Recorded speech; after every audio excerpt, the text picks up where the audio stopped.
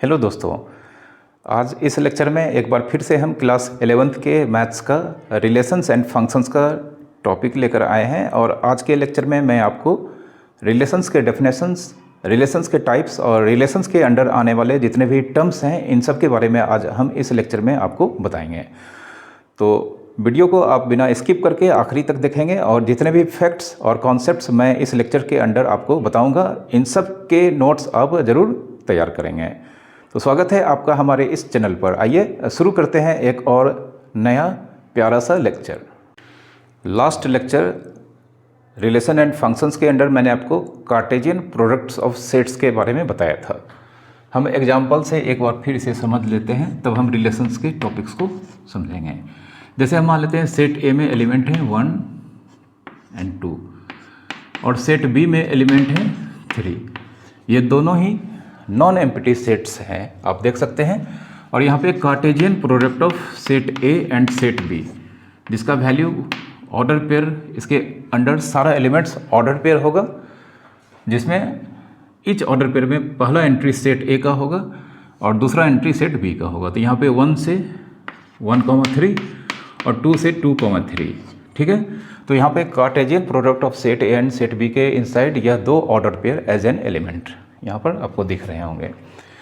अब अगर हम यहाँ पर आपसे एक क्वेश्चन करें कि यहाँ पर इस Cartesian product of set A and B जिसके इनसाइड 2 एलिमेंट्स हैं, इसके कितने सबसेट्स होंगे?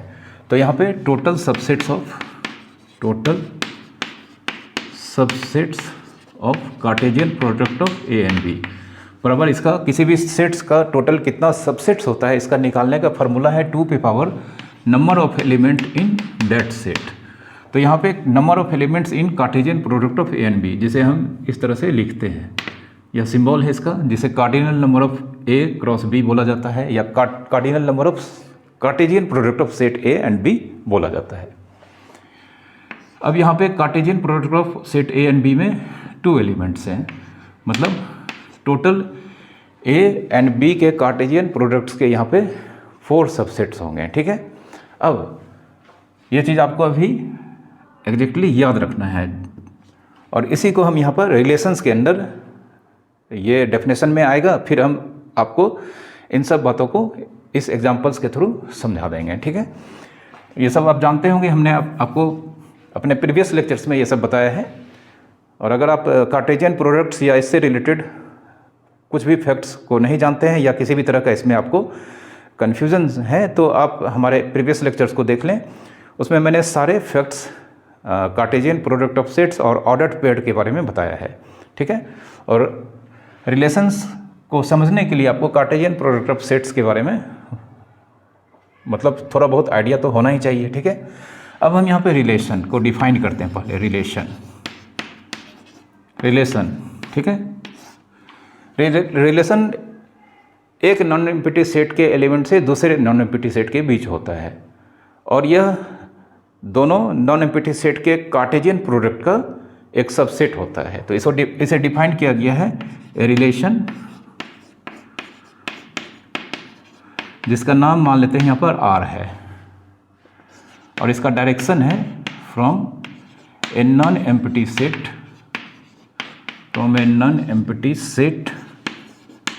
ए to another non-empty set to another non-empty set B, ठीक है। एक रिलेशन है जिसका नाम R है और यह एक नॉन एम्प्टी सेट A से दूसरा नॉन एम्प्टी सेट B की मतलब B में है। एक नॉन एम्प्टी सेट A से दूसरा नॉन एम्प्टी सेट B में है और ये होता क्या है, इज ए सबसेट ऑफ पहला सेट A और दूसरा सेट B के कार्टेशियन प्रोडक्ट का एक सबसेट होगा। अब इसके अंडर क्या होगा, such that elements of set A related to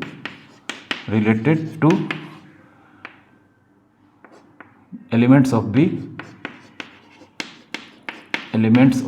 B, ठीक है, जिसमें सेट ए के एलिमेंट सेट बी के एलिमेंट से रिलेटेड होंगे अंडर सम गिवन कंडीशंस। कुछ कंडीशंस दिए रहेंगे, उसी कंडीशंस के थ्रू सेट ए के एलिमेंट सेट बी के एलिमेंट से कनेक्टेड होंगे। तो elements of set A related to elements of set B under some given condition. ठीक है, ये रिलेशन का डेफिनेशन है। तो इसे समझने के लिए हम एक एग्जांपल लेते हैं। ठीक है, तो इसी एग्जांपल को लेते हैं, इसे हम यहाँ पर मिटा देते हैं और एक एग्जांपल लेते हैं। तो एग्जांपल, ठीक है, यह सेट ए है, सेट बी है, और यहाँ पर हम ए क्रॉस बी फिर से लिख लेते हैं, मतलब Cartesian product of A and B लिख लेते हैं यहाँ पर। तो जैसा कि हम देखते हैं 1 3 एंड 2 3। ठीक है, एक रिलेशन हम जानते हैं, अभी हमने जस्ट यहाँ पर मालूम किया था कि यहाँ पर ए क्रॉस बी के टोटल 4 सबसेट्स होंगे। ठीक है, तो यहाँ पे एक relation let R is a relation from set A to set B. एक बात आपको हमेशा ये ध्यान देना है, ध्यान देने वाली बात है, जो डेफिनेशन में कहा गया है कि अगर एक रिलेशन सेट ए से सेट बी में अगर डिफाइंड है तो दोनों के दोनों सेट नॉन एम्प्टी सेट होने चाहिए। कभी भी एक एम्प्टी सेट से दूसरा नॉन एम्प्टी सेट या दोनों में से कोई भी एक सेट अगर एम्प्टी सेट होगा तो रिलेशन सेट ए और सेट बी के बीच कभी भी डिफाइंड नहीं होता है। तो यह बात आपको हमेशा ध्यान देना है कि जब भी दो सेट के बीच रिलेशन होंगे तो सबसे पहला कंडीशन है कि दोनों ही सेट नॉन एम्प्टी सेट होने चाहिए। तो यहाँ पर ये दोनों सेट्स नॉन एम्प्टी सेट के अंदर आते हैं। अब यहाँ पे आर रिलेशन है सेट ए से सेट बी में, और इस रिलेशन का डिस्क्रिप्शन दिया गया है जिसमें कुछ कंडीशंस जो हमने यहाँ पे लिखा है कि अंडर सम गिवन कंडीशंस, या कंडीशंस भी इसी के अंडर आपको मिलेगा। ठीक है, and A comma A plus B equals to 4। ठीक है, तो यहाँ पे आर एक रिलेशन है जिसका डायरेक्शन कह सकते हैं सेट ए से सेट बी की ओर है, और यहाँ पे आर के अंडर जो एलिमेंट्स हैं ऑर्डर पेयर ए बी, जिसमें पहला एलिमेंट इस ऑर्डर पेयर के अंडर यह जो पहला एंट्री ए है यह अपना वैल्यू सेट ए से लेगा, दूसरा एंट्री बी यह बाद वाले सेट से अपना वैल्यू लेगा, और इन दोनों वैल्यू को ऐड करने पर 4 आना चाहिए। तो वही दो एलिमेंट ए और बी के हम इस रिलेशन के अंडर लिखेंगे। ठीक है, तो यहाँ पर देयरफॉर आर का वैल्यू अगर हम निकालेंगे तो चूंकि अब हमें यहाँ पर हमने डेफिनेशन में भी लिखा है कि यह अगर रिलेशन है सेट ए से सेट बी में तो वह ए एंड बी के कार्टेशियन प्रोडक्ट का कोई एक सबसेट होगा। ठीक है, यह एक रिलेशन है तो यह किसी एक सबसेट को ही रिप्रेजेंट करेगा। तो हम यहाँ पर देख सकते हैं ए एंड बी के कार्टेशियन प्रोडक्ट में टोटल 2 एलिमेंट्स थे, इसके टोटल 4 सबसेट्स हमने ऑलरेडी मालूम करके रखा था। ठीक है, तो यहाँ पर यह रिलेशन इस सेट का एक सबसेट होगा। तो हम यहाँ पर देख सकते हैं सेट ए का एलिमेंट 1, ए का वैल्यू अगर 1 लेते हैं और बी का वैल्यू 3 लेते हैं तो 1 और 3 मिलकर 4 हो रहा है। तो यहाँ पर 1, 3 ठीक है लिख सकते हैं। फिर 2 और 3 अगर हम यहाँ पर लेंगे तो 2 और 3 5 होता है। तो इस तरह से 2, 3 इस रिलेशन के अंडर नहीं आएगा। ठीक है, तो यहाँ पर यह रिलेशन आर का वैल्यू इस एग्जाम्पल में हमने जो कंडीशंस दिया था उसके अकॉर्डिंगली इसके वैल्यू को फाइंड किया है। आप देख सकते हैं यह एक सेट है और यह ए क्रॉस बी का सबसेट है। चूंकि इसके इनसाइड जो यह एलिमेंट ऑर्डर पेयर 1, 3 है वह इस ए क्रॉस बी के इनसाइड आपको दिखाई दे रहा है। ठीक है, इसके 4 सबसेट्स टोटल हैं जिसमें से एक सबसेट यह इस रिलेशन आर को रिप्रेजेंट कर रहा है। ठीक है, तो इस तरह से यहाँ पर इस रिलेशन के वैल्यू को हमने यहाँ पर टेबुलर फॉर्म में लिखा है। ठीक है, यह रिलेशन का डेफिनेशन था और यह इसका एकदम सिंपल एग्जांपल मैंने आपको दिया है। अब एक और एग्जांपल हम लेते हैं, उसके बाद फिर कुछ टर्म्स को आपको बताएंगे। एक और एग्जांपल हम लेते हैं सेट ए 1, -1, 2, 0, 3 और सेट बी 2, -1, -3, 5। ठीक है, यह दोनों सेट नॉन एम्प्टी सेट है। अब एक relation let R is a relation from set A to B, from set A to B, from A to B लिख दिए, मतलब यहाँ पे set A to set B है, ठीक है। और इसका यहाँ पे कंडीशन गया है इस तरह से A प्लस B 0, मतलब R के इनसाइड जो भी एलिमेंट्स होंगे वह ऑर्डर पेयर होंगे, और यहाँ फर्स्ट एंट्री और सेकंड एंट्री जो A और B है इनको ऐड करने पर 0 आना चाहिए। वही दो एंट्री हम इस R के इनसाइड रख सकते हैं, ठीक है। तो यहाँ पर फाइंड R के वैल्यू को हमें यहाँ पर निकालना है, ठीक है। तो R को वैल्यू को निकालने के लिए बस हमें यहाँ पर एक छोटा सा काम करना है, क्योंकि यह बहुत ही आसान क्वेश्चन है। अगर हम A का वैल्यू 1 लेते हैं तो 1 में हम जानते हैं -1 ऐड करेंगे तभी 0 आएगा। तो सेट A से हम वैल्यू सबसे पहला 1 लेते हैं। हमें देखना है क्या सेट B में -1 है, चूँकि 1 और -1 ऐड करके ही 0 होता है। तो यहाँ पे 1 है और इसमें -1 है, तो यानी कि इस सेट A का एलिमेंट 1 सेट B के -1 से रिलेटेड होगा, और इसे हम यहाँ पे लिखेंगे 1, -1। इस रिलेशन के अंडर एज एन एलिमेंट यह ऑर्डर पेयर होगा, ठीक है। अब हम -1 लेते हैं तो -1 के लिए 1 होना चाहिए। अगर हम A का वैल्यू -1 लेते हैं तो B का वैल्यू 1 होना चाहिए, बट यहाँ पर B में 1 नहीं है। तो इस तरह से -1 सेट A का एलिमेंट सेट B के किसी भी एलिमेंट से रिलेटेड नहीं होगा। फिर 2 की तरफ बढ़ते हैं। 2 में -2 ऐड करने पे 0 आएगा, चूँकि A प्लस B, A का वैल्यू अगर हम 2 लेते हैं तो B का वैल्यू -2 लेना होगा, बट यहाँ पर सेट B में -2 नहीं है। तो इस तरह से सेट A का एलिमेंट 2 भी सेट B के किसी भी एलिमेंट से रिलेटेड नहीं होगा। 0 में 0 ऐड करने पे 0 आता है, बट सेट A में से अगर हम 0 लेते हैं तो सेट B के इनसाइड 0 नहीं है। तो इस तरह से 0 भी किसी भी एलिमेंट से रिलेटेड नहीं होगा। अब अगर हम सेट A मतलब यह A का वैल्यू अगर 3 लेते हैं तो B में जानते हैं -3, सेट B में -3 और सेट A का एलिमेंट 3 ऐड करने पे 0 आता है। तो यहाँ पे 3, -3, ठीक है। यह ऑर्डर पेयर इस R में शामिल होगा, और किसी भी एलिमेंट्स की संभावना यहाँ पर नहीं दिखती है। तो इस तरह से हमें यहाँ पर इस रिलेशन R का वैल्यू हमारे सामने मिल चुका है, जिसमें मात्र 2 एलिमेंट यानी कि 2 order pair as an element हमें यहाँ पर दिखाई दे रहे हैं। और यहाँ पर आप देख सकते हैं कि इन दोनों हर एक ऑर्डर पेयर में जो एलिमेंट हैं वह इस कंडीशन जो कि क्वेश्चंस के अंदर दिया गया है कि इन दोनों का सम कितना होना चाहिए, 0। इसलिए हमने डेफिनेशन में लिखा था कि सेट A का एलिमेंट सेट B के एलिमेंट से रिलेटेड होगा अंडर सम गिवन कंडीशंस, और यह कंडीशंस हर क्वेश्चंस में आपको मतलब दिए रहेंगे। उसी कंडीशंस के थ्रू हम रिलेशन R के एलिमेंट्स के वैल्यू को फाइंड करते हैं, ठीक है। और यह A क्रॉस B का बहुत सारा सबसेट्स होगा, उसी में से एक सबसेट्स को रिप्रेजेंट कर रहा है, ठीक है। मतलब अगर कोई रिलेशन सेट A से सेट B में है तो वह A क्रॉस B का ही कोई एक सबसेट होगा, ठीक है। कोई भी रिलेशन अगर सेट A से सेट B में है तो वह A और B के कार्टेशियन प्रोडक्ट का ही कोई एक सबसेट्स को वह रिलेशन रिप्रेजेंट करेगा, ठीक है।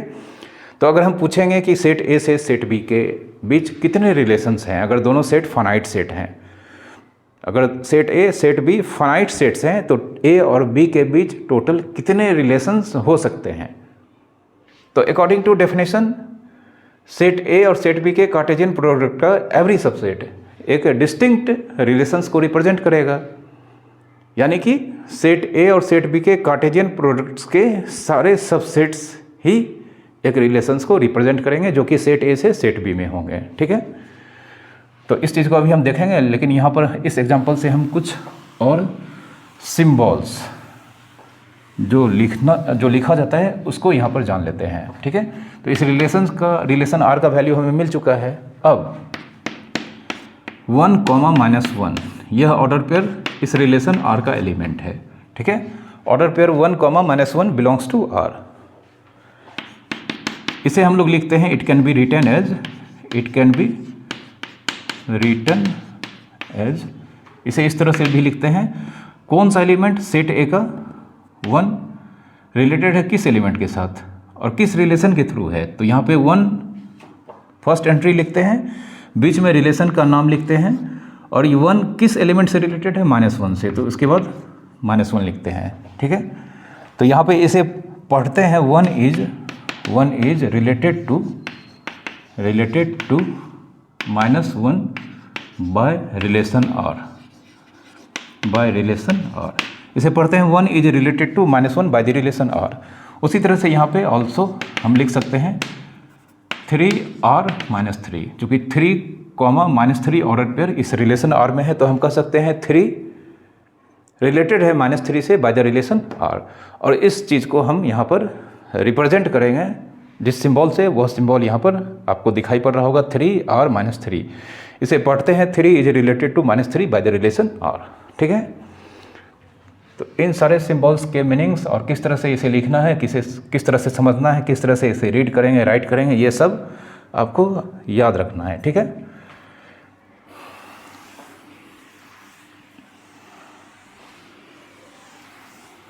अब एक क्वेश्चन है, अगर सेट ए फाइनाइट सेट हम ले लेते हैं 1 2 3 और सेट बी, इसमें हम एलिमेंट लेते हैं 0 5, तो find the total number of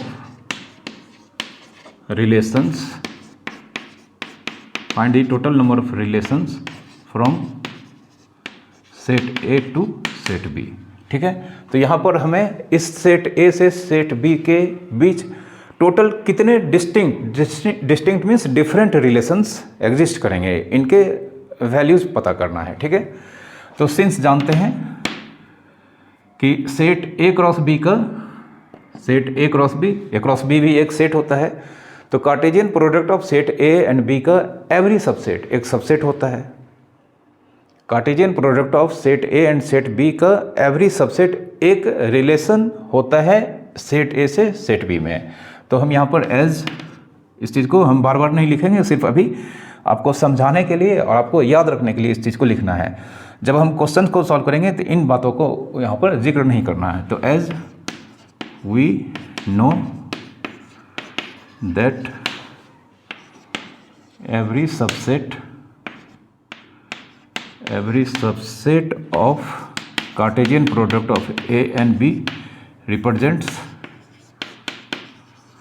represents a relation from set A to set B, ठीक है। एवरी सबसेट जो कि Cartesian product of set A and set B का होता है, वह एक रिलेशन को रिप्रेजेंट करता है जो कि सेट ए से सेट बी में होता है। तो देयरफॉर टोटल नंबर ऑफ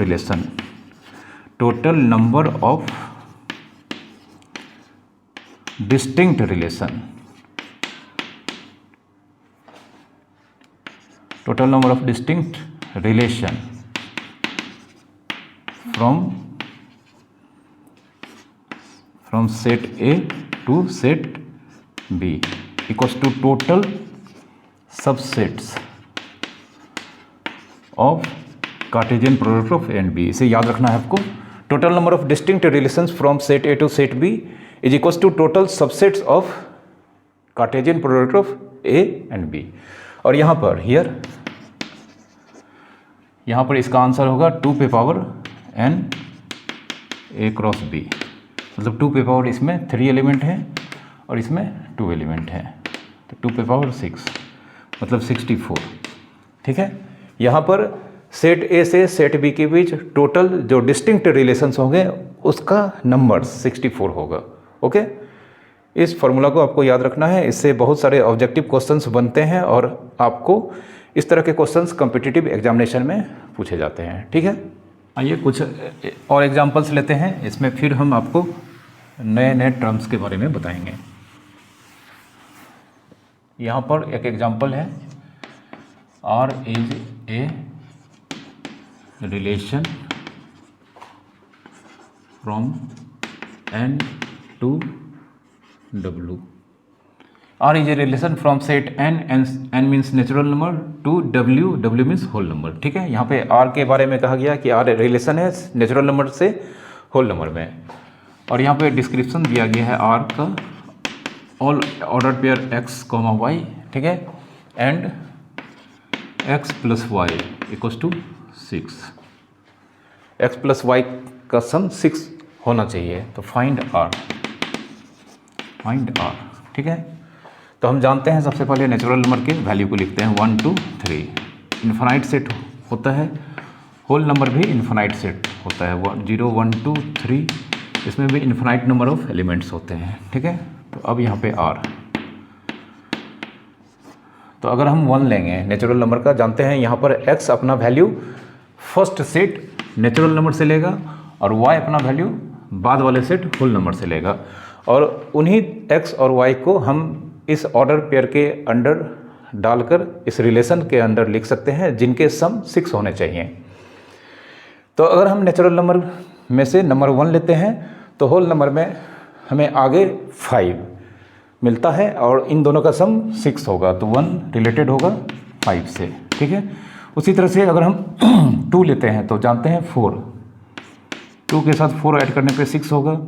3 लेते हैं तो 3 नेचुरल नंबर से लेंगे तो होल नंबर से 3, इन दोनों का सम 6 होगा।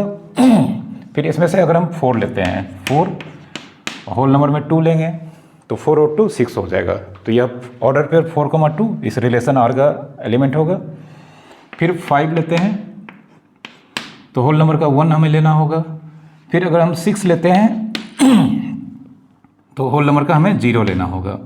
और फिर इसके बाद अगर हम नेचुरल नंबर में 7 लेते हैं तो आगे हमें कोई भी ऐसा होल नंबर नहीं मिलेगा 7, और उसके बाद जिसमें हम किसी भी होल नंबर को ऐड करने पर 6 ऑब्टेंड हो सके। तो इस तरह से यहाँ पर यह रिलेशन आर का कंप्लीट वैल्यू हमारे सामने फाइंड हो चुका है, ठीक है। तो यह रिलेशन के कॉन्सेप्ट थे। अब हम यहाँ पर रिलेशन से रिलेटेड 3 टर्म, डोमेन,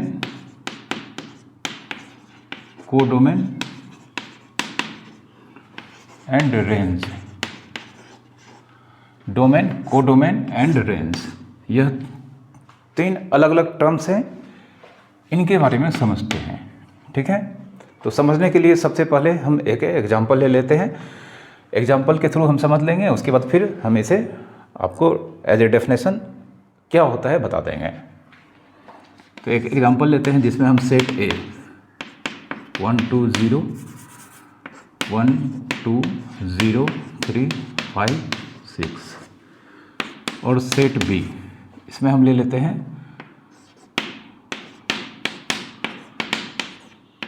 ठीक है।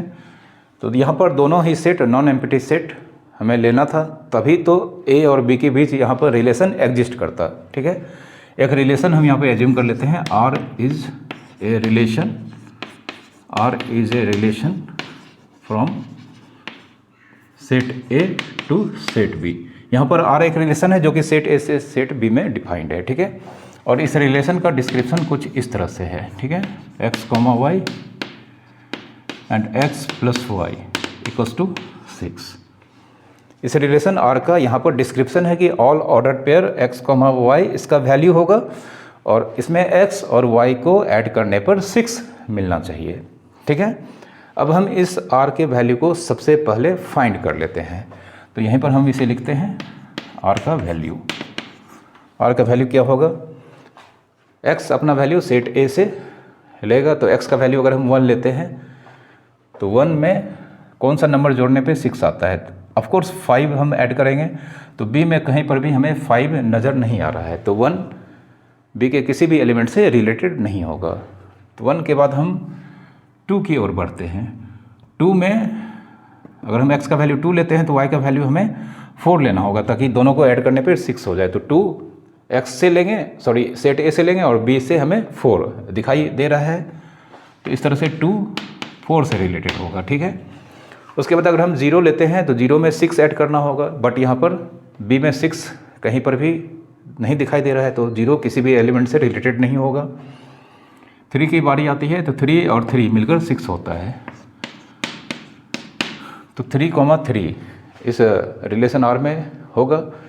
5 और 1 मिलकर 6 हो जाता है, तो यहाँ पर 5,1 यह ऑर्डर पर भी इस आर में होगा। और 6 अगर हम लेते हैं तो 6 के साथ 0 होना चाहिए, बट यहाँ पर बी में 0 नहीं है, इसलिए 6 किसी भी एलिमेंट से रिलेटेड नहीं होगा। इस तरह से आर का वैल्यू, रिलेशन आर का वैल्यू हमें मिल चुका है। अब हम डोमेन से पहले कोडोमेन के बारे में जान लेते हैं कि अगर एक रिलेशन सेट ए से सेट बी में है, अगर एक रिलेशन एक सेट से दूसरे सेट में है, तो जो बाद वाला सेट होता है वह पूरा का पूरा रिलेशन का कोडोमेन कहलाता है। जैसे यहाँ पर रिलेशन आर है, सेट ए से सेट बी में है, जो बाद वाला सेट है जिसे लेटर सेट कहा जाता है वह सेट बी है, तो इस तरह से इस रिलेशन का कोडोमेन बी होगा। ठीक है, तो here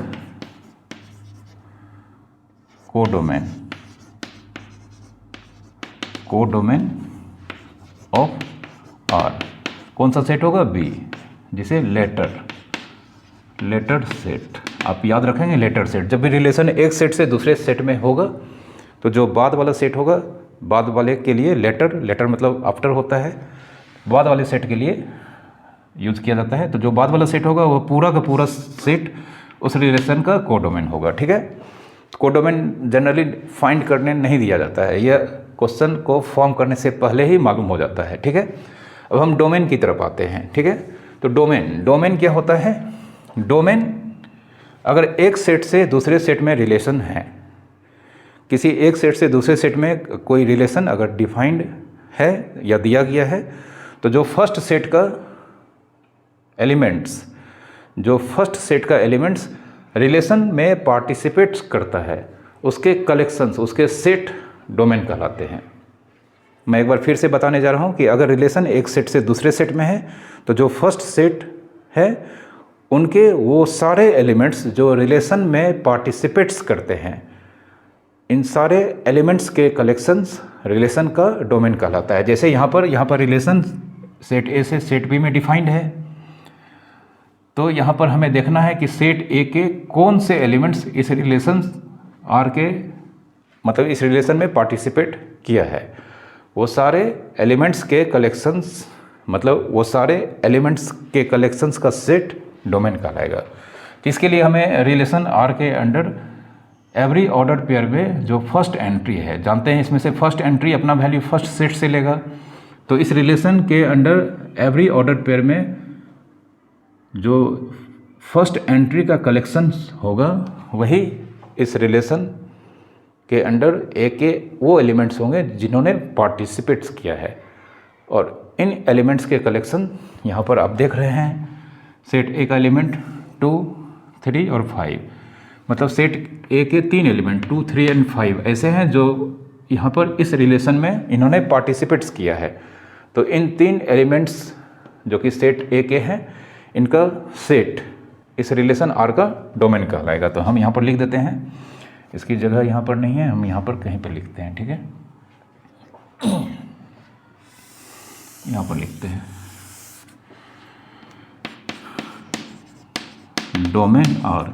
domain of set are के लिए हम डोमेन आर लिखते हैं। तो डोमेन ऑफ आर सेट होगा, सेट ए के जो एलिमेंट्स पार्टिसिपेट किया है, तो यहाँ पर 2, 3, 5, मतलब set of all elements of first set which participates in relation। ठीक है, set of all elements of first set which participates in relation। ठीक है, अब डोमेन आप समझ गए। अब रेंज, अगर रिलेशन एक सेट से दूसरे सेट में है, तो जो बाद वाले सेट्स के एलिमेंट्स रिलेशन में पार्टिसिपेट्स करते हैं, उनके कलेक्शंस रिलेशंस के रेंज कहलाते हैं। तो इसके लिए हमें यहाँ पर ऑर्डर्ड पेयर जो कि यहाँ पर रिलेशन आर के अंडर हैं, इनके सेकेंड एंट्रीज का कलेक्शन आप देख सकते हैं 4, 3, 1। ये 3 एलिमेंट्स यह बाद वाले सेट्स के हैं और इन्होंने यहाँ पर रिलेशन आर के अंडर पार्टिसिपेट्स किया है। तो यहाँ पे 4 सेकेंड एंट्री है, फिर यह सेकेंड एंट्री दूसरा यहाँ पर 3 है और सेकेंड एंट्री यहाँ पर तीसरा 1 है। तो 4, 3, 1 यह 3 ऐसे एलिमेंट्स हैं सेट बी के जिन्होंने इस रिलेशन आर के अंडर पार्टिसिपेट्स किया है। तो यह 3 एलिमेंट्स का कलेक्शन, यानी कि एक सेट इस रिलेशन आर का रेंज कहलाएगा। ठीक है, तो रेंज यहाँ पे हम लिखते हैं रेंज आर, जो सेट होगा जो बी का सारा एलिमेंट्स जो कि रिलेशन में पार्टिसिपेट्स किया है। ठीक है, तो 4 3 1 इसे हम लिख देते हैं all elements, set of all elements, set of all elements of letter set, letter set participates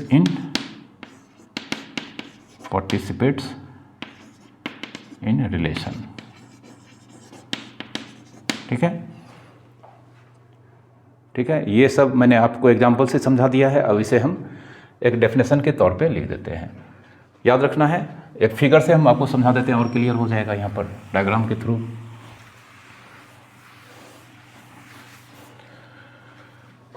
तो अगर हम यहाँ पर सेट ए 1 2 3 4 और सेट बी अगर हम मान लेते हैं 5 6 9 0 और आर का वैल्यू कुछ इस तरह से दिया है, आर 1 5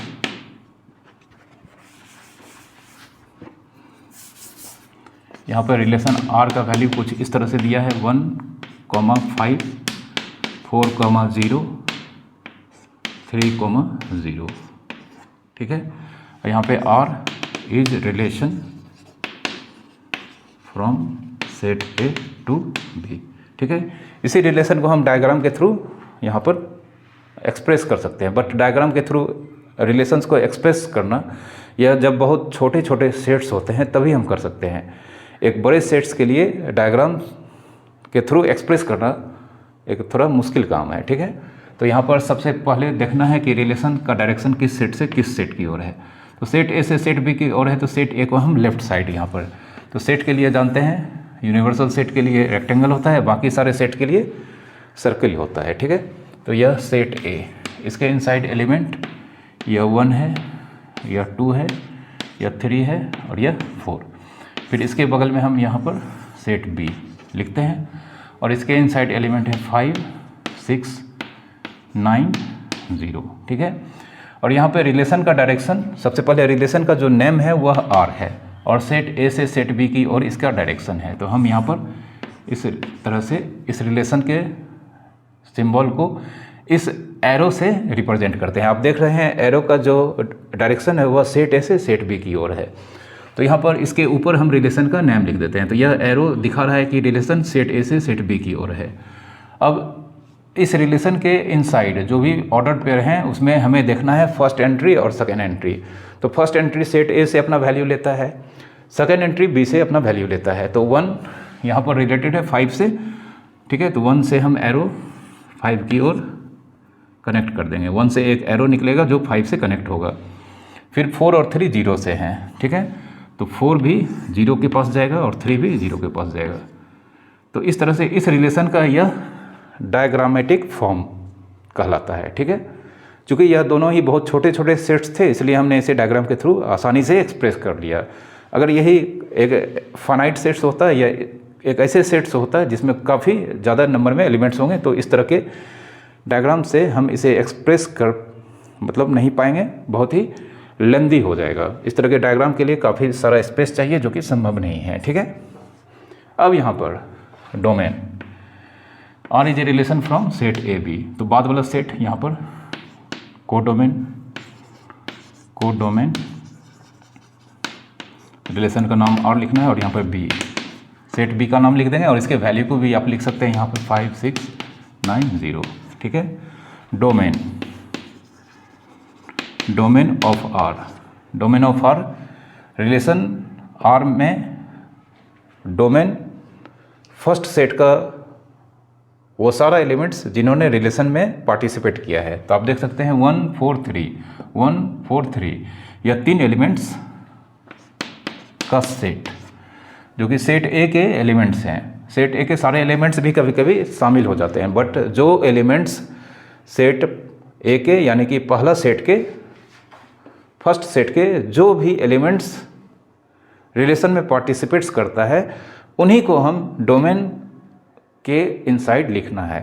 अगर इसके सारे एलिमेंट्स यहाँ पर पार्टिसिपेट किए होते हैं तो हम यहाँ पर इनके सारे एलिमेंट्स को लिखते, बट यहाँ पे देख रहे हैं चूँकि 1, 3 और 4 ये 3 एलिमेंट्स ही सेट ए का यहाँ पर रिलेशन में पार्टिसिपेट्स किया है। तो डोमेन ऑफ आर यहाँ पर यह होगा, और रेंज ऑफ आर जो बाद वाला सेट है बी के जो भी एलिमेंट्स यहाँ पर रिलेशन में पार्टिसिपेट्स किया है सिर्फ उसके कलेक्शंस होंगे। तो आप देख सकते हैं सेट बी के मात्र 2 एलिमेंट 5 और 0 ने ही यहाँ रिलेशन में पार्टिसिपेट्स किया है। तो यहाँ रेंज ऑफ आर में हम 5 और 0, ठीक है, ये लिखेंगे। तो डोमेन, कोडोमेन और रेंज, इनके मीनिंग्स आप समझ चुके होंगे। याद रखना है कि डोमेन, कोडोमेन और रेंज ये तीनों सेट्स होते हैं, इसलिए हमने इसके आंसर्स को हमेशा कर्ली ब्रैकेट के इनसाइड लिखा है, ठीक है। अब हम कुछ एग्जांपल्स के थ्रू आपको डोमेन और रेंज, कोडोमेन तो जैसा कि मालूम है कि कोडोमेन तो पहले से ही मालूम होता है, तो यहाँ पर हम डोमेन और रेंज से रिलेटेड कुछ क्वेश्चंस को यहाँ पर सॉल्व करते हैं।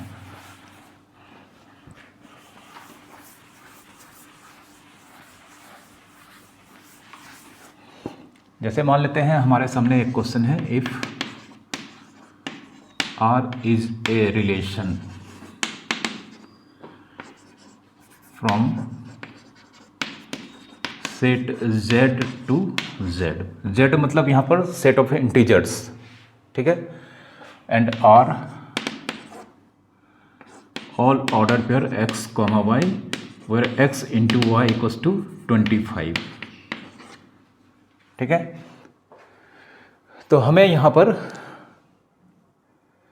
रिलेशन आर जो कि इंटीजर से इंटीजर्स में है और आर के अंडर जो भी ऑर्डर्ड पेयर हैं x, y, और यहाँ पर x और y दोनों ही अपने वैल्यूज़ सेट इंटीजर से लेंगे, लेकिन यहाँ पर x और y के प्रोडक्ट का आंसर या वैल्यू 25 होना चाहिए।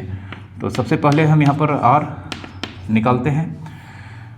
तो इंटीजर्स हमें 2 ऐसे इंटीजर्स यहाँ पर इस ऑर्डर्ड पेयर के फॉर्म में रखने हैं, और ये दोनों ही इंटीजर्स यहाँ पर इस तरह से होना चाहिए कि दोनों के प्रोडक्ट 25 होना चाहिए, ठीक है।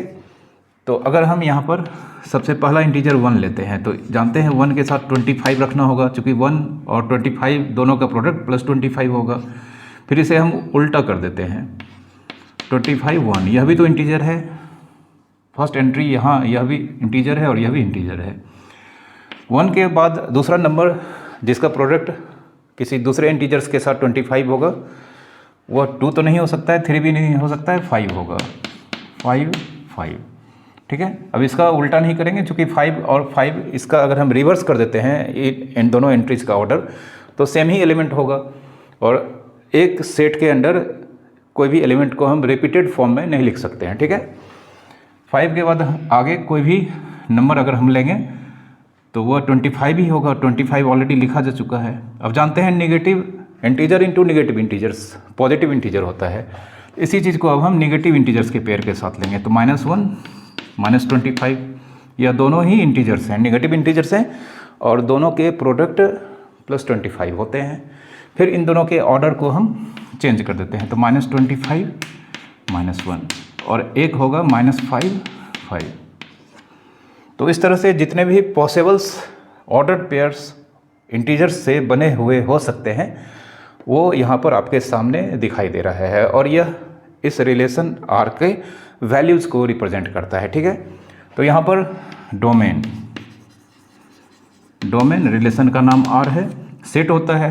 तो जानते हैं फर्स्ट एंट्रीज का कलेक्शन, फर्स्ट एंट्रीज मतलब ये सारा एंट्रीज जो कि फर्स्ट सेट से यहाँ पर आया है और रिलेशन में पार्टिसिपेट किया है। तो देख सकते हैं 1 है, 25 है, फिर 5 है, फिर -1 है, फिर -25 है, एंड फिर -5 है। तो यह इसका डोमेन हो गया रिलेशन का। फिर अगर हम यहाँ पर इसके कोडोमेन को तो लिखेंगे ही नहीं, क्योंकि कोडोमेन बाद वाला सेट पूरा का पूरा इंटीजर्स होगा, ठीक है।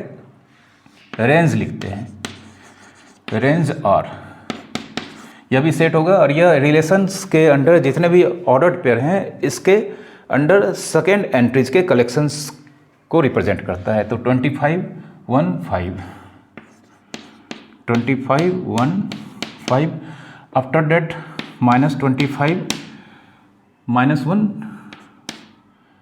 एंड यहाँ पर यह -5 होगा, ठीक है। -5। तो यहाँ पर इस क्वेश्चन में हमने डोमेन और रेंज दोनों को फाइंड किया है। ज़्यादातर क्वेश्चंस में डोमेन और रेंज ही फाइंड करने होते हैं, क्योंकि कोडोमेन तो क्वेश्चंस को क्रिएट करने से पहले ही मालूम हो जाता है, और डोमेन और रेंज निकालने के लिए सबसे पहले हमें रिलेशंस के वैल्यू को फाइंड करना होता है। ठीक है, यहाँ पर एक और क्वेश्चन हम लेते हैं, फिर हम रिलेशंस के टाइप्स आपको बताएंगे। यहाँ पर हमारे सामने एक क्वेश्चन है, जिसमें क्वेश्चन थोड़ा दूसरे तरह का, यहाँ पर मतलब दूसरे तरह से यहाँ पर इस क्वेश्चंस के ऑर्डर्ड फॉर्म को लिखा गया है, जिसमें कहा गया है कि R is all element of order pair x + 1 x + 5। मतलब रिलेशन आर के अंडर यहाँ पर जितने भी एलिमेंट्स होंगे वह ऑर्डर पेयर तो होंगे, बट फर्स्ट एंट्री x + 1 और सेकेंड एंट्री x + 5 होगा। और यहाँ पर x अपना वैल्यू इस सेट से लेगा, जिसमें मतलब x के वैल्यूज़ हम 0 1 2 3 4 5 लेने होंगे। तो हमें यहाँ पर डोमेन और रेंज इनके वैल्यूज़ यहाँ पर फाइंड करने हैं। ठीक है, तो सबसे पहले यहाँ पर हमें मालूम है कि x के ये सारे वैल्यूज़ हमें यहाँ पर रखने ही होंगे। तो व्हेन x = 0, तो x + 1 0 + 1 मतलब 1, और दूसरा ऑर्डर पर x + 5 मतलब 0 + 5 होगा। ठीक है, तो इस तरह से यहाँ पर x + 1 1 और x + 5 का वैल्यू 5, यह रियल मतलब बिलोंग्स टू यहाँ पर रिलेशंस के अंदर आएंगे। ठीक है, फिर उसी तरह से दूसरा वैल्यू लेते हैं, व्हेन x = 1। तो यहाँ पे x + 1 की वैल्यूज़, x + 1 की वैल्यू 1 + 1 2, एंड x + 5 का वैल्यू, x + 5 का वैल्यू x के जगह पर यहाँ पर 1 रखेंगे, 1 + 5 मीन्स 6। इसका मतलब x + 1 फर्स्ट एंट्री का वैल्यू 2 और सेकेंड एंट्री का वैल्यू 6, यह रिलेशन R के अंडर होंगे। ठीक है, फिर x का वैल्यू एक और नंबर ले लेते हैं, जब x = 2, तो x + 1 का वैल्यू 2 + 1 जो कि 3 होगा, x + 1 का वैल्यू 2 + 1 3 होगा, एंड x +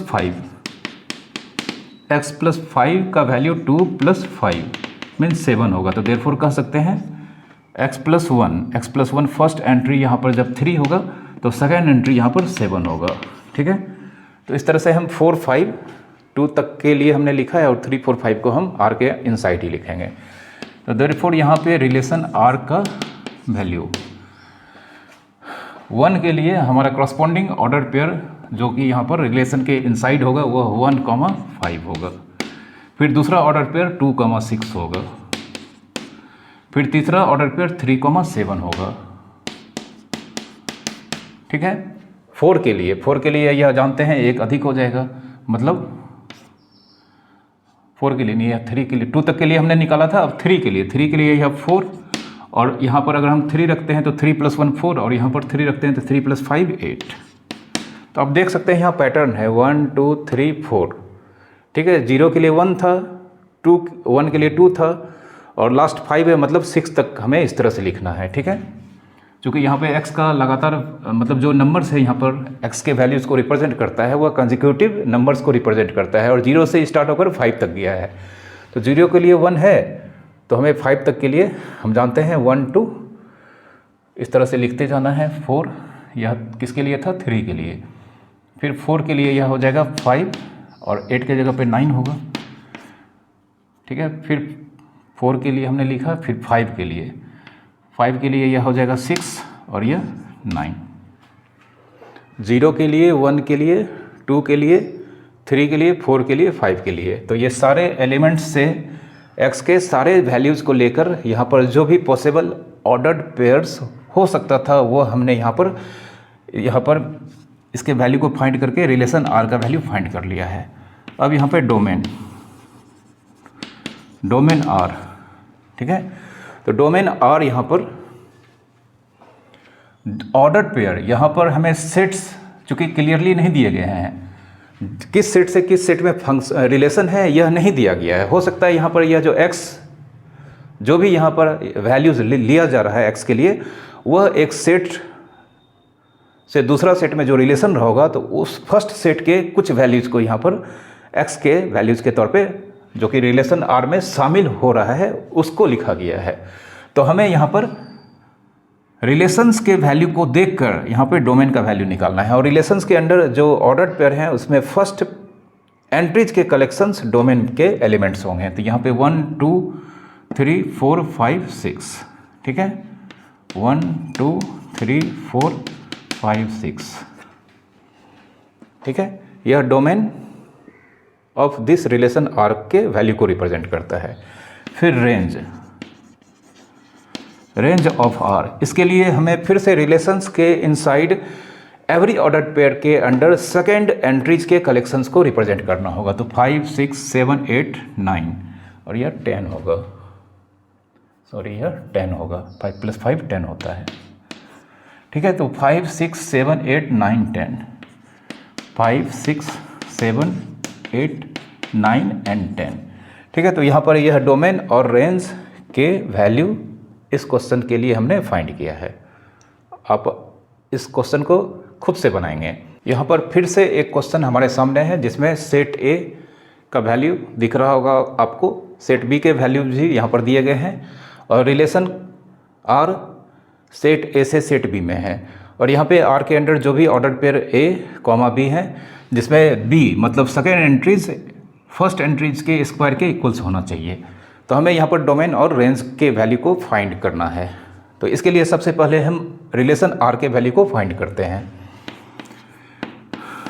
और ठीक है, तो हम जानते हैं फर्स्ट एंट्री जो हमें फर्स्ट सेट ए से लेना है, और उसके स्क्वायर करने के बाद जो आंसर आता है वह हमें अगर बी में दिखता है तो जानते हैं सेट ए का वह एलिमेंट बी के दैट एलिमेंट से कनेक्टेड होगा। तो अगर हम ए का वैल्यू -1 रखते हैं, ए का वैल्यू अगर हम -1 रखते हैं और उसका स्क्वायर करते हैं तो -1 का स्क्वायर 1, जो कि सेट बी के अंडर दिखाई दे रहा है। तो यहाँ पर -1 रिलेटेड होगा +1 से, ठीक है।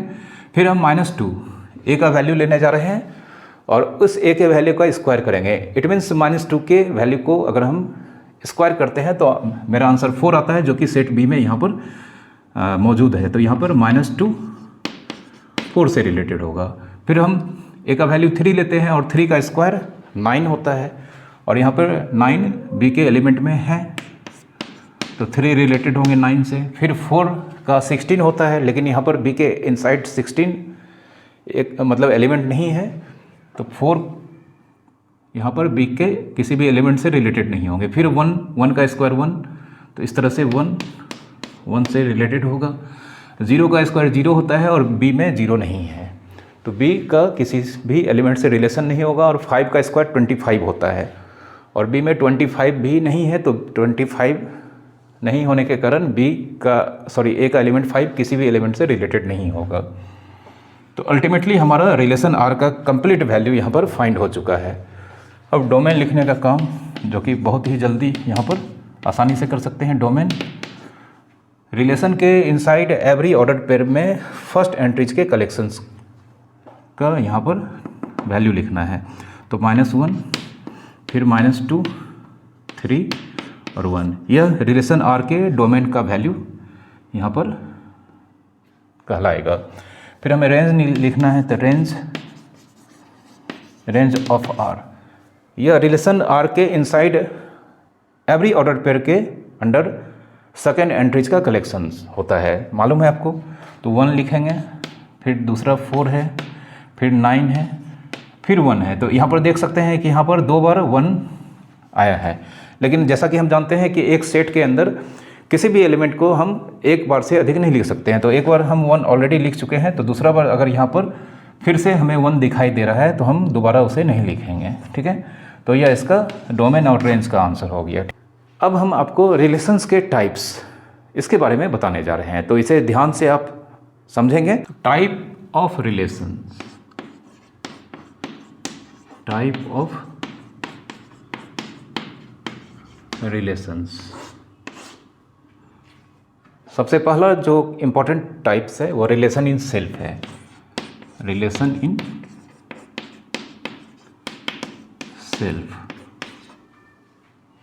रिलेशन इन सेल्फ, जैसा कि नाम है इसका, इसी नाम से ही स्पष्ट है कि कोई भी रिलेशन एक सेट से उसी सेट में अगर होगा तो उसे हम रिलेशन इन सेल्फ कहते हैं। मतलब अगर कोई रिलेशन सेट ए से उसी सेट में है, मतलब सेट ए से सेट ए में है, from set A to set A, तो इस तरह के रिलेशंस को हम रिलेशन इन सेल्फ के नाम से जानते हैं। ठीक है, तो इसके डेफिनेशन को हम सिंपली यहाँ लिख देते हैं, if R is a relation from set A to A. ठीक है, इस तरह के जो भी रिलेशन होंगे जो कि एक सेट से खुद उसी सेट्स में होंगे, ये रिलेशन इन सेल्फ कहलाते हैं। ठीक है, और एक चीज़ आपको याद रखना है, relation from set A to set A, इस तरह का आपको सेंटेंस या इस तरह के आपको फ्रेज किसी भी बुक में नहीं लिखा हुआ मिलेगा, या एग्जामिनेशन में अगर कोई रिलेशन एक सेट से उसी सेट में है तो इस तरह के फ्रेज या सेंटेंस आपको नहीं दिखाई देंगे। मतलब relation from set A to set, यहाँ पर हम लोग कहते हैं इसके लिए we call relation in this case, यहाँ पे लिखते हैं in this case, in this case we call relation, relation का नाम लिखना है आर ऑन सेट ए। ठीक है, वी कॉल रिलेशन का नाम बोलना है on set A. On set A का मतलब हो गया relation from set A to set A. On set A का मतलब हो गया from set A to set A. मतलब इतने बड़े लाइन के लिए हमें यह शॉर्ट फ्रेज यूज करना है, on set A. On set ए अगर रिलेशन आर डिफाइंड है तो इसका मतलब आपको अंडरस्टूड है, समझ जाना है अपने आप कि यह रिलेशन पहला सेट भी ए है, दूसरा सेट भी ए है। ठीक है, तो कभी भी आपको इस तरह के सेंटेंस नहीं मिलेंगे, हमेशा इस तरह के सेंटेंस मिलेंगे। रिलेशन आर, रिलेशन का नाम होगा, और एक सेट से दूसरे सेट में अगर डिफाइंड है तो ऑन सेट ए, अगर सेट ए है तो ऑन सेट ए, अगर सेट बी है तो ऑन सेट बी, अगर सेट नेचुरल नंबर है तो ऑन सेट एन, अगर सेट ऑफ इंटीजर्स है तो ऑन सेट जेड। इस तरह के फ्रेजल वर्ड्स आपको मिलेंगे। ठीक है, एक example, if R is a relation on N. ठीक है, अब देखिए मैंने यहाँ पर यूज़ किया है इस चीज़ को कि रिलेशन का नाम आर है और ऑन सेट एन, मतलब नेचुरल नंबर से नेचुरल नंबर, यह यानी कि यहाँ पर यह जो रिलेशन है यह रिलेशन इन सेल्फ रिलेशन को रिप्रेजेंट करता है। और इसका यहाँ पर डिस्क्रिप्शन दिया गया है। ठीक है, यहाँ पर x plus y equals to, अगर हम मान लेते हैं 3। ठीक है, यहाँ पे R के अंडर जो भी एलिमेंट्स हैं ऑर्डर पेयर x, y, इन दोनों ही x और y को ऐड करने पर 3 हमें मिलना चाहिए, और यहाँ पर x और y नेचुरल नंबर से अपना वैल्यू लेगा। तो देयरफॉर यहाँ पे R की वैल्यू, अगर हम नेचुरल नंबर 1 लेते हैं तो इसमें जानते हैं 2 ऐड करने पर 3 होगा, फिर अगर हम नेचुरल नंबर 2 लेते हैं तो 1 लेना होगा, और इसके बाद इसमें एक भी एलिमेंट नहीं होगा। तो यहाँ पर देख सकते हैं फर्स्ट एंट्री और सेकेंड एंट्री दोनों ही सेट n से लिया गया है वैल्यू। तो यहाँ पर यह एक एग्जांपल हमने लिया है जो कि रिलेशन इन सेल्फ को रिप्रेजेंट करता है। ठीक है, यह रिलेशन इन सेल्फ। अब एक दूसरा एक टाइप,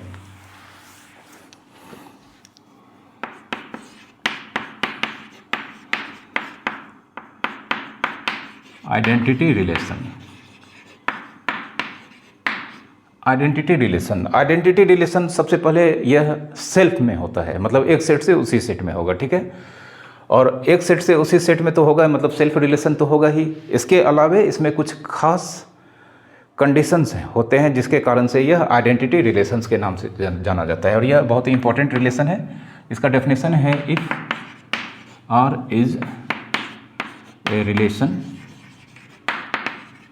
ऑन ए, मतलब एक सेट है ए, वह कुछ भी हो सकता है, लेकिन यहाँ पे जब हमने ऑन ए लिखा है मतलब यह सेल्फ में होगा। और इसके लिए रिलेशन को आइडेंटिटी रिलेशन होने के लिए सच डेट जो कंडीशन है यहाँ पे वह यह है कि आर के अंडर जो भी order pair A comma B होगा उसमें ए और बी दोनों ही आपस में इक्वल्स होने चाहिए। ठीक है, और यहाँ पे मालूम है ए और बी अपना वैल्यू सेट ए से लेगा। जैसे एग्जांपल, सेट ए 0, -1, 3 और 5 हमने लिया है, तो देयरफॉर यहाँ पर आइडेंटिटी रिलेशन, यह जो आइडेंटिटी रिलेशन है इसके वैल्यू यहाँ पर हमें लिखने हैं। तो अगर हम ए की वैल्यू 0 लेते हैं तो बी की वैल्यू भी हमें 0 ही लेना होगा, चूँकि जानते हैं कि ए इक्वल्स टू बी है और 0 अगर हम लेते हैं तो 0 0 के इक्वल होता है। तो यहाँ पर 0 0 से रिलेटेड होगा। उसी तरह से अगर हम -1 लेते हैं, फर्स्ट एंट्री -1 लेते हैं तो सेकेंड एंट्री भी -1 लेना होगा। -1 रिलेटेड टू -1, 3 रिलेटेड टू 3 होगा क्योंकि 3 3 के इक्वल होता है और 5 5 के इक्वल होता है। तो यह identity relation on set A के वैल्यू को यहाँ पर रिप्रेजेंट कर रहा है। ठीक है, एक चीज़ आप देख सकते हैं कि इस सेट में, सेट ए में 1 2 3 4 एलिमेंट्स हैं और इसके आइडेंटिटी रिलेशन में भी यहाँ पर 4 एलिमेंट हैं। तो यह एक जनरल कॉन्सिक्वेंस है कि अगर किसी सेट में रिलेशन एलिमेंट्स का वैल्यू फाइंड है, अगर किसी सेट में वैल्यू मतलब उसके कार्डिनल नंबर का वैल्यू फाइंड है, मालूम है, तो उसके आइडेंटिटी रिलेशन में भी उस सेट में जितने एलिमेंट्स हैं उतने ही होंगे फाइनाइट सेट के लिए। ठीक है, और एक बात और आपको याद रखना है कि identity relation on set A के लिए स्पेशल सिंबल्स ही यूज होता है। इस सिंबल को हम यहाँ पे लिख देते हैं, note identity relation on set ए। इसके लिए सिंबल होता है आइडेंटिटी रिलेशन। चूँकि आइडेंटिटी वर्ड आई से स्टार्ट होता है तो यहाँ पे रिलेशन आर के प्लेस पे आई लिखेंगे और ऑन सेट ए का मतलब हुआ सेट ए से सेट ए में, तो यहाँ पर हम नीचे इसके ए लिखते हैं। तो यह आई ए, यह symbol identity relation from set A to set A, यह identity relation on set A को रिप्रेजेंट करता है। तो इस तरह से हम इसके ओरिजिनल नेम को यहाँ पर लिख देते हैं, यह आई ए, यह I A identity relation on set A के वैल्यू को रिप्रेजेंट करता है। ठीक है,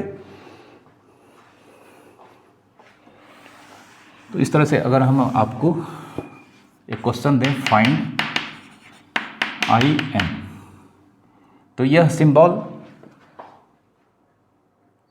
इंफॉर्मेशन दे रहा है कि यह आइडेंटिटी रिलेशंस के वैल्यू को रिप्रेजेंट कर रहा है और यह नेचुरल नंबर से नेचुरल नंबर में है।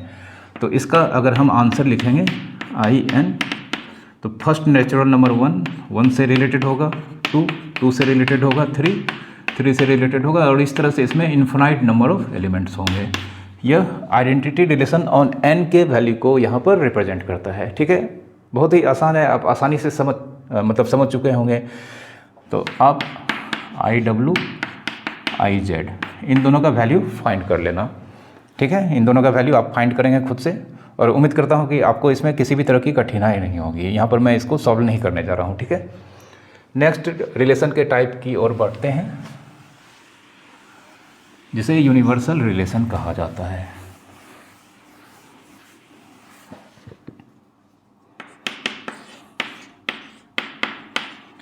यूनिवर्सल रिलेशन यह भी सेल्फ में होता है। ठीक है, तो if R is a relation on set A, ठीक है, यह सेल्फ में होता है तो मतलब रिलेशन होगा, एक सेट ए में तो ऑन ए लिखेंगे, एक सेट बी में होगा तो ऑन बी लिखेंगे। ठीक ना, तो if R is a relation on set A, अब मेन कंडीशन जो कि रिलेशन को यूनिवर्सल रिलेशन होने के लिए रिक्वायर्ड है वह यह है, सच डेट आर का value exactly A cross A, मतलब Cartesian product of A and A के एग्जैक्ट रिलेशन आर का वैल्यू होना चाहिए। ठीक है, तो अगर रिलेशन आर का value exactly A and A के कार्टेशियन प्रोडक्ट्स के इक्वल होते हैं तो यह relation universal relation on A कहलाएगा। ठीक है, एक एग्जांपल लेते हैं, जैसे अगर हम मान लेते हैं सेट ए में 1 2 3 एंड यहाँ पर relation R all order pair A comma B such that A plus B greater than 0, तो यह रिलेशन यहाँ पर ऑन ए है और यहाँ पे इसके values all order pair A comma B है, जब ए और बी का sum greater than 0 means positive होना चाहिए। ठीक है, तो सबसे पहले हम यहाँ पर ए क्रॉस बी निकाल लेते हैं, सॉरी ए क्रॉस ए निकालते हैं। तो ए में 3 एलिमेंट्स हैं, तो ए क्रॉस ए में 9 एलिमेंट्स होंगे और ये एलिमेंट्स होंगे 1, 1, 1, 2, 1, 3, फिर 2, 1, 2, 2, 2, 3, आफ्टर दैट 3, 1, 3, 2 एंड 3, 3। यह a इंटू ए मतलब Cartesian product of a and a का वैल्यू हमारे सामने है। अब हम r के वैल्यू को निकालते हैं एंड रिलेशन r के वैल्यू को निकालते हैं। तो हम जानते हैं कि फर्स्ट एंट्री सेकेंड एंट्री दोनों ही सेट a से अपना वैल्यू लेगा और दोनों को जोड़ने पे सिर्फ ग्रेटर देन 0 मतलब पॉजिटिव होना चाहिए। तो यहाँ पर हम आराम से देख सकते हैं कि ये सारे एलिमेंट्स चूँकि 2 पॉजिटिव नंबर को ऐड करते हैं तो आंसर भी पॉजिटिव, या 2 पॉजिटिव नंबर नहीं बल्कि 2 नंबर जो कि ग्रेटर देन 0 होता है, अगर इसे ऐड करते हैं तो आंसर भी ग्रेटर देन 0 ही होता है। यह फैक्ट्स आप जानते हैं। तो यहाँ पे हर एक ऑर्डर पेयर में जो 2 एंट्रीज हैं दोनों ही सेट ए से लिया गया है और हर स्थिति में यहाँ पर हर कंडीशन में इन दोनों का सम ग्रेटर देन 0 होगा। तो यहाँ पर R में ये सारे एलिमेंट्स ही आएंगे। तो इसे हम लिख देते हैं 1, 1, 1, 2, 1, 3, फिर 2, 1, 2, 2, 2, 3, आफ्टर दैट 3, 1, 3, 2 एंड 3, 3। ठीक है, तो इस तरह से यह relation R exactly A cross A के वैल्यू को रिप्रेजेंट करता है। तो यह कह सकते हैं यहाँ पे R A क्रॉस A के इक्वल्स हैं। तो यहाँ पे relation R A into A के एग्जैक्ट इक्वल है। तो इस तरह से यहाँ पर यह रिलेशन जो हमने इस एग्जाम्पल में लिया है यह एक यूनिवर्सल रिलेशन को रिप्रेजेंट करता है। ठीक है, चूँकि R का वैल्यू A क्रॉस A के एग्जैक्ट इक्वल्स आया है तो यह एक यूनिवर्सल रिलेशन को रिप्रेजेंट करता है। ठीक है, एक चीज़ आप क्लियरली देख सकते हैं, इस फंक्शन का डोमेन चूँकि सेट A के सारे नंबर्स इसमें इन्वॉल्व हुए हैं तो इस फंक्शन का डोमेन, कोडोमेन और रेंज तीनों ही यहाँ पर सेट A हैं। ठीक है, तो here domain equals to codomain equals to range. Universal relation के केस में डोमेन, कोडोमेन और रेंज ये तीनों ही आपस में हमेशा इक्वल होंगे और यह जिस सेट पे डिफाइंड है यूनिवर्सल रिलेशन उस सेट के इक्वल्स होंगे, ये आपको याद रखना है। ठीक है, यूनिवर्सल रिलेशंस के केस में डोमेन, कोडोमेन और रेंज ये हमेशा आपस में इक्वल होंगे और ये तीनों ही जो इक्वल होंगे वह वैल्यू सेट एक के जिस सेट पे रिलेशन डिफाइंड है उसके बराबर होगा। आइडेंटिटी रिलेशन में भी हमने नहीं लिखा था, आइडेंटिटी रिलेशन के केस में भी डोमेन, कोडोमेन, रेंज हमेशा आपस में इक्वल होंगे और जिस सेट पे आइडेंटिटी रिलेशन डिफाइंड होता है वही उसका डोमेन, रेंज और कोडोमेन के वैल्यू को रिप्रेजेंट करता है। ठीक है, आप याद रखेंगे आइडेंटिटी रिलेशन के लिए, क्योंकि आइडेंटिटी रिलेशन के केस में उस समय हमने नहीं बता पाया था, तो अब मैं आपको यहाँ पर इसके बारे में मैंने बता दिया है, इसे आप याद रखेंगे। ठीक है, नेक्स्ट रिलेशन है हमारा एम्प्टी रिलेशन।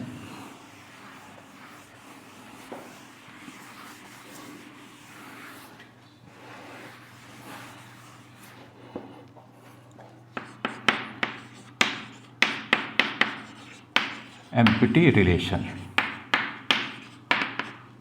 रिलेशन भी सेल्फ में होता है। ठीक है, तो if R is a relation on set A, इसे हमने डिफाइंड कर दिया। एम्प्टी रिलेशन ऑन A लिखा हुआ है तो इसका मतलब यह भी रिलेशन सेल्फ में ही होता है। अब एम्प्टी रिलेशन होने के लिए क्या कंडीशन है, तो वह कंडीशन है यहाँ पर सच डेट R का वैल्यू एम्प्टी सेट के इक्वल होना चाहिए। जो रिलेशन हम फाइंड करेंगे उसका वैल्यू एग्जैक्टली अगर एम्प्टी सेट के इक्वल आता है तो यह रिलेशन एम्प्टी रिलेशन के नेम से जाना जाएगा। जैसे एक एग्जांपल फिर से हम लेते हैं, सेट A 1, 2, 3 और R इक्वल्स टू यहाँ पर दिया गया है all order pair x, y, x plus y less than 0। ठीक है, यहाँ पर यह रिलेशन है आपका सेट A से A में और इसका यहाँ पे ऑर्डर पेयर x, y इस रिलेशन के अंडर तभी आएगा जब x और y का sum less than 0 means negative होगा। यहाँ पर आप देख सकते हैं आसानी से कि सेट ए के इनसाइड यहाँ पे 3 एलिमेंट्स हैं और तीनों के तीनों पॉजिटिव एलिमेंट्स हैं। तो किसी भी दो नंबर को अगर हम ऐड करेंगे तो ऑलवेज ग्रेटर देन 0 होगा। तो इस तरह से हम कोई भी यहाँ पर दो नंबर जो कि सेट ए से लेकर ऑर्डर पेयर बनाएंगे और उसका सम लेस देन 0 है, यहाँ पर नहीं होगा।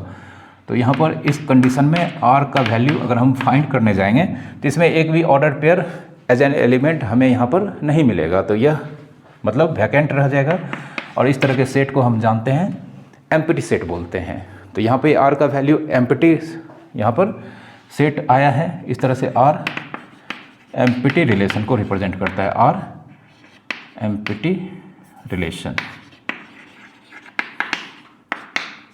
r एम्प्टी रिलेशन को रिप्रेजेंट करता है। एक चीज़ आप देख सकते हैं कि इसके अंदर एक भी ऑर्डर्ड पेयर है ही नहीं, तो इसका डोमेन और रेंज भी एम्प्टी सेट होगा जबकि कोडोमेन सेट ए होगा। तो एम्प्टी रिलेशन का डोमेन, एम्प्टी रिलेशन का डोमेन और रेंज हमेशा एम्प्टी सेट के इक्वल होता है। ठीक है, ये बात आपको याद रखना है। एम्प्टी रिलेशन के इनसाइड एक भी ऑर्डर्ड पेयर नहीं है। तो यहाँ पर जानते हैं जब ऑर्डर पेयर होता है तभी हम यहाँ पर फर्स्ट एंट्री का कलेक्शन को डोमेन कहते हैं और सेकेंड एंट्री के कलेक्शन को रेंज कहते हैं। बट यहाँ पर एक भी ordered pair as an element relation R के केस, मतलब यहाँ पर एम्प्टी रिलेशन के केस में नहीं होता है। तो यहाँ पर डोमेन और रेंज जो फर्स्ट एंट्री का कलेक्शन होगा वह यहाँ पर फर्स्ट एंट्री तो है ही नहीं, तो यहाँ पर डोमेन 5 होगा, रेंज भी 5 होगा, मतलब दोनों ही एम्प्टी सेट्स के वैल्यू को रिप्रेजेंट करेगा। ठीक है, तो ये सब कुछ फैक्ट्स हैं जो इस रिलेशंस के साथ ही यहाँ पर होते हैं। तो इसे आपको याद रखना है। ये सब कंपटीशंस में आपको मतलब मल्टीपल MCQ के अंडर इस तरह के क्वेश्चंस पूछे जाते हैं। ठीक है, तो रिलेशंस के इतने ही टाइप्स थे। तो रिलेशंस के आप इतने फैक्ट्स और कॉन्सेप्ट्स को ही आप अच्छे से समझ लें, इसके नोट्स बना लें। हाँ, फंक्शंस के कॉन्सेप्ट्स आपको बहुत सारे मिलेंगे, बहुत सारे उसके बारे में आपको पढ़ने होंगे। जो रिलेशंस के कॉन्सेप्ट्स को पढ़ने के बाद हम अब फंक्शंस के कॉन्सेप्ट्स को अगले लेक्चर में शुरू करने जाएंगे। तो आज के इस लेक्चर को हम यहीं पर समाप्त करते हैं। उम्मीद करता हूं कि आज के लेक्चर के अंडर जितने भी हमने आपको डेफिनेशंस और भी फैक्ट्स बताए हैं आप उसे बहुत ही अच्छे ढंग से समझ पाए होंगे। तो अगर आप हमारे लेक्चर्स को देखकर बहुत कुछ सीख पाते हैं, आपको हमारे लेक्चर्स अगर पसंद आते हैं तो प्लीज़ आप इसे लाइक करें, शेयर करें। आपके एक लाइक से हमें और भी मोटिवेशन मिलता है कि हम आपके लिए अच्छे अच्छे लेक्चर्स इस चैनल पर लाएं। और अगर आपने हमारे चैनल को अब तक सब्सक्राइब नहीं किया है तो प्लीज़ आप इसे जाकर जल्दी से सब्सक्राइब कर लें और साथ ही साथ नोटिफिकेशन बेल को ऑन कर लें, ताकि जो भी नए लेक्चर्स इस चैनल पर आएंगे तो आपको इसकी इन्फॉर्मेशन तुरंत मिल जाएगी। Thank you very much for watching.